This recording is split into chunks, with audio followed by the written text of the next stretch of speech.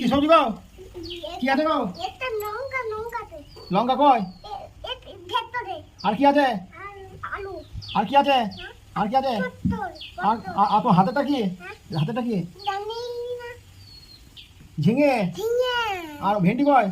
ভেন্ডি এই তো কটা কেজি? এই তো 100 টাকা কেজি। তোর বাড়ি কোথায়? হ্যাঁ তোর বাড়ি কোথায়? নাম করা রামপাড়ায়। তরকারি দিবা?